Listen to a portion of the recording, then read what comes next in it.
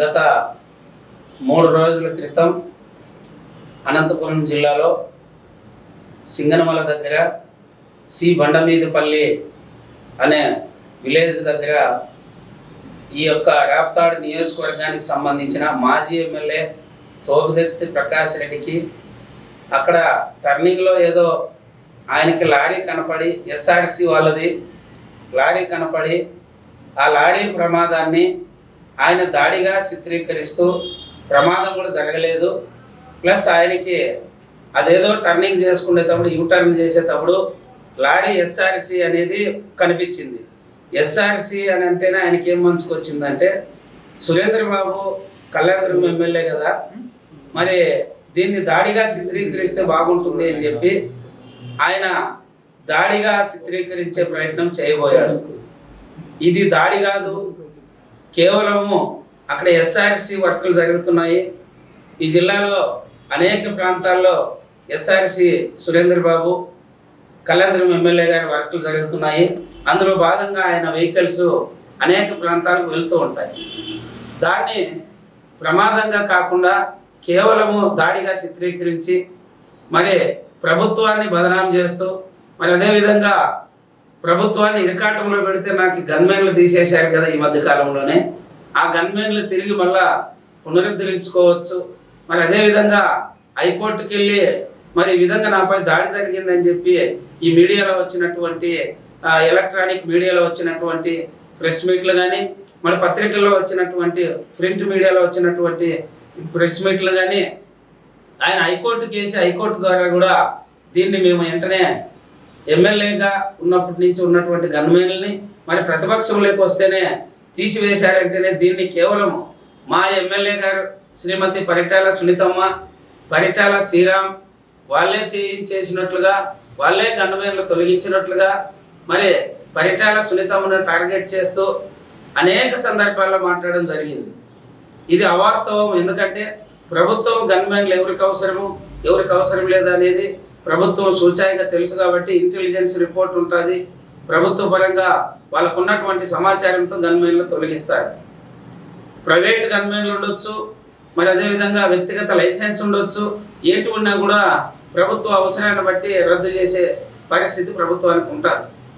మరి దాన్ని దృష్టిలో పెట్టుకొని ఆ విధంగా కాకుండా కేవలం మా ప్రియతమ నేత పరిటాల సునీత గారిని, మరి అదేవిధంగా పరిటాల శ్రీరామ్ గారిని, మరి లోకేష్ బాబుని, మన ప్రియతమ నాయకులు మరి మంత్రివర్యులు మరి లోకేష్ బాబు గారిని, మరి అదేవిధంగా ముఖ్యమంత్రి వర్యులు గౌరవనీయులు చంద్రబాబు నాయుడు గారిని అనేక సందర్భాల్లో అనేక సార్లు వాళ్ళ బ్రదర్ తోపుదుర్తి చందు తిట్టినటువంటి సంఘటనలు ఎన్నో మనం చూసాం. అంటే ఆనాటి ముఖ్యమంత్రి జగన్మోహన్ రెడ్డి, వైఎస్ జగన్మోహన్ రెడ్డి ఆదేశిస్తే మేము చంద్రబాబుని హత్య చేస్తామన్నటువంటి సంఘటన కూడా మర్చిపోయినట్లున్నాడు ఈయన పాపం. ఎందుకంటే హత్య రాజకీయాలు ప్రోత్సహించేది తోపుదుర్తి బ్రదర్స్ అనేది ఈ రాష్ట్రంలో అందరికీ తెలుసు.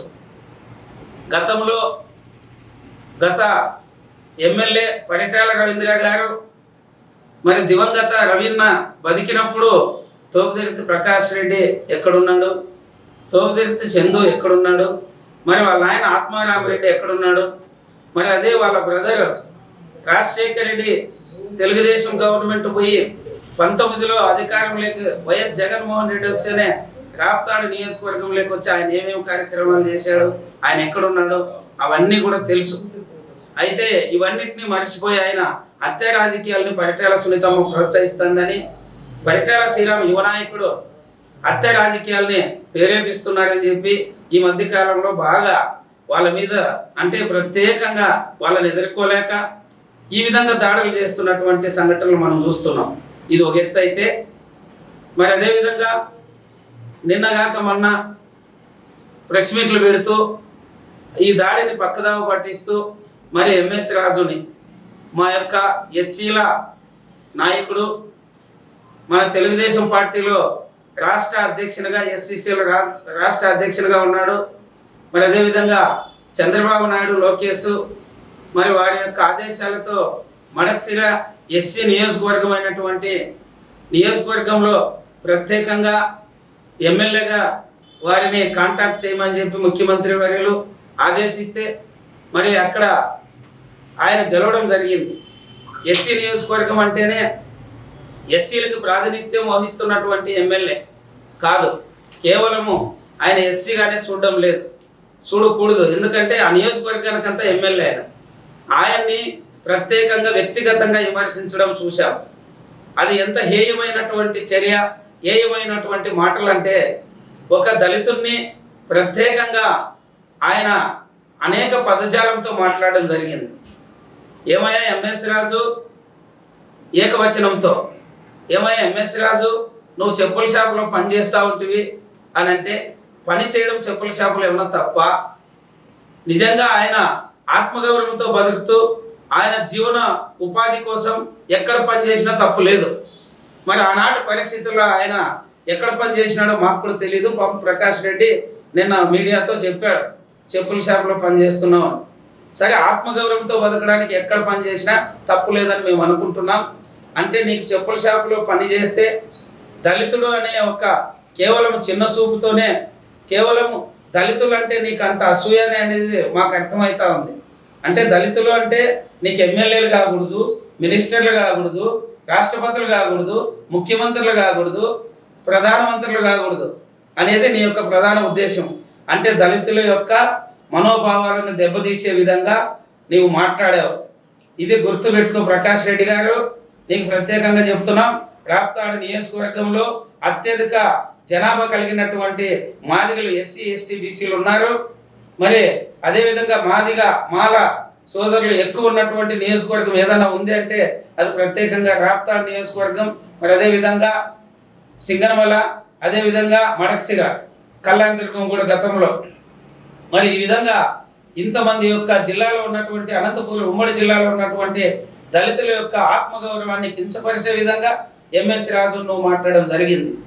ఎంఎస్ రాజు ఎమ్మెల్యే, ఈరోజు టీటీడీ బోర్డు మెంబర్.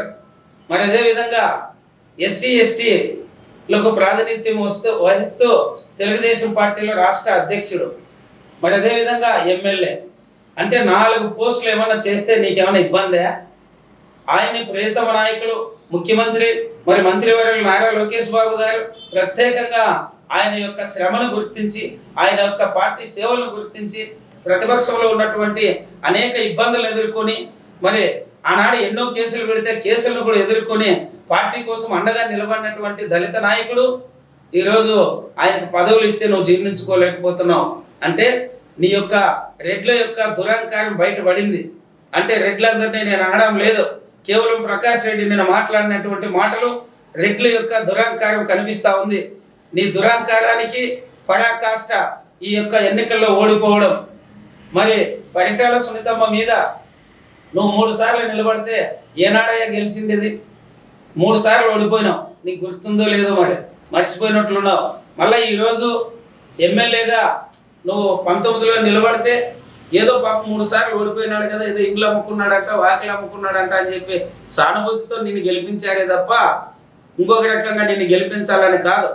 మా ఊరికి అతి దగ్గరలోనే తూంచర్ల నుంచి నిలబడి కూతేస్తే తోపుదీర్తులకి వినపడుతుంది. తోపుదీర్తులు నువ్వు ఎంత మాత్రం అభివృద్ధి చేసినావు? నీ యొక్క విలేజ్కి ఏమన్నా బీటీ రోడ్డు వేయించావా? నీ ఊర్లో ఏమన్నా ప్రత్యేకంగా అభివృద్ధి కనపడిందే? మరి రాప్తాడు నియోజకవర్గంలో ఎక్కడైనా నువ్వు ప్రత్యేకమైనటువంటి రోడ్లు వేయించినటువంటి సంఘటన ఉందా? మరి ఈరోజు శ్రీమతి పరిటాల సునీతమ్మ అక్క గారు ప్రత్యేకంగా రాప్తాడు నియోజకవర్గంలో అనేక అభివృద్ధి సంక్షేమ కార్యక్రమాల్ని ప్రజల్లోకి తీసుకెళ్తా ఉంటే మళ్ళీ వచ్చే 24 ఎన్నికల్లో కూడా నేను ఓడిపోతాననే భయంతో నువ్వు అవాకులు చెవాకులు పేలుతూ దుర్మార్గమైనటువంటి ఆలోచనతో ఉన్నావు. నీ యొక్క దుర్మార్గమైనటువంటి ఆలోచనని ప్రజలు గమనిస్తున్నారు. పరిటాల సునీతమ్మపై చేసినటువంటి విమర్శలు శ్రీరాముని ఎదుర్కోలేక, సునీతమ్మను ఎదుర్కోలేక, ఎంఎస్ రాజును ఎదుర్కోలేక ప్రత్యేకంగా నువ్వు మాట్లాడినటువంటి మాటలు మేము తీవ్రంగా ఖండిస్తూ, ఈరోజు ఎంఎస్ రాజుని దళిత నాయకుడిని నువ్వు అవమానపరిచావు. దళిత లీడర్ని ప్రత్యేకంగా నువ్వు ఆయన్ని కించపరుస్తూ మాట్లాడావు. ఇవన్నిటికీ కూడా మూల్యం చెల్లించకుండా ఈరోజు దగ్గరలోనే ఉందని తెలియజేస్తూ, మరి ఈ ప్రెస్ మీట్ ద్వారా చిన్న సంకేతాలు ఇస్తున్నాం. నీ ఇంటిని ముట్టడించే కార్యక్రమం నువ్వు క్షమాపణ చెప్పకపోతే ఎంఎస్ రాజుకి వెంటనే నువ్వు బహిరంగంగా బేసిరెంతగా క్షమాపణ చెప్పకపోతే నీ ఇంటిని ముట్టడించే కార్యాచరణ కూడా తీసుకుంటాం. ముట్టడించే విషయంలో కేవలము అన్ని వర్గాలను కలుపుకొని, ప్రత్యేకంగా ఎస్సీలు, మాదిగా మాలా సోదరులు కలుపుకొని మేము నీ ఇంటిని ముట్టడిస్తామని చెప్పి ఈ సందర్భంగా నేను హెచ్చరిస్తున్నాం.